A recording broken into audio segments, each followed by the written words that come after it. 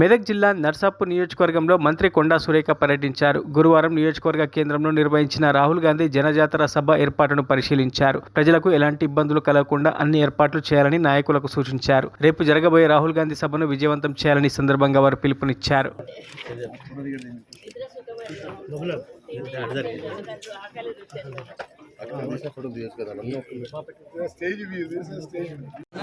అందరికీ ముఖ్య నాయకులందరికీ కూడా నమస్కారం.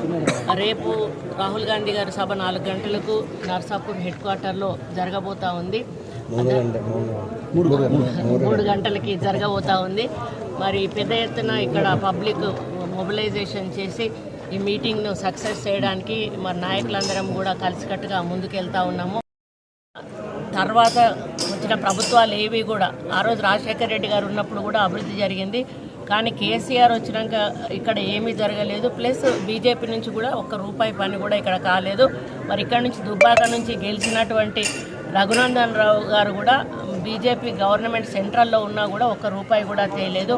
మరి అదేవిధంగా టీఆర్ఎస్ నుంచి ఉన్న వెంకట్రామరెడ్డి గారు కూడా ఇక్కడ ప్రజలను హింసించి మరి వాళ్ళ దగ్గర భూములు గుంజుకొని వాళ్ళను కేసులు పెట్టి హరాస్మెంట్ చేసి ఈరోజు కోట్లాది రూపాయలు కేసీఆర్కు కట్టబెట్టి ఆయన కూడా సంపాదించుకొని ఈరోజు స్థానికుడు కాకపోయినా కూడా ఇక్కడ నిలబడి మరి పోటీలో నిలబడడం జరిగింది.